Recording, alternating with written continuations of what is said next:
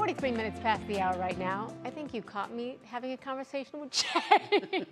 But we want to go to Russ Mitchell because there are national stories that are making headlines, and he is here for what's happening now in America.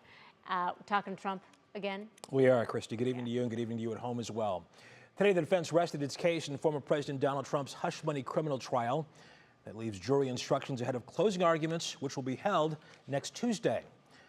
Alice Barr joins us now from our nation's capital, and Alice, a lot to unpack today, including the fact that the former president chose not to testify.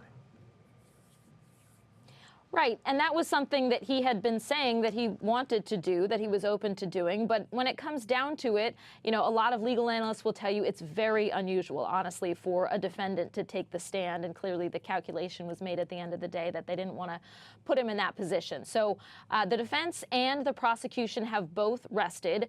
The jury has gone home until a week from today, next Tuesday. And the judge, Juan Merchan, wanted to set it up that way so that they would get their jury instructions when they come back, sort of how the case is going to be framed, being handed over to them. They'll have closing arguments from both sides that day, and then they'll be able to go straight into deliberation without having any big pauses in between. And a lot of kind of the action today actually happened without the jury in the room, and it's centered on what those jury instructions should be.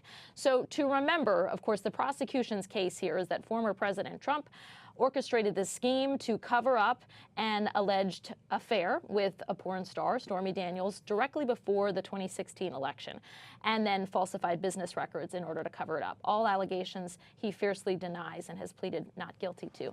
But a lot of the discussion today was about this idea that the crime of falsifying business records is a misdemeanor, but would be elevated to a felony by being tied to some other crime. And the prosecution has tried to argue that that was an unlawful means of trying to influence the 2016 election, to try to cover up this whole affair right in that window before the election. So a lot of the discussion today was about how far the jury had to go in believing that former President Trump was trying to unlawfully influence the 2016 election.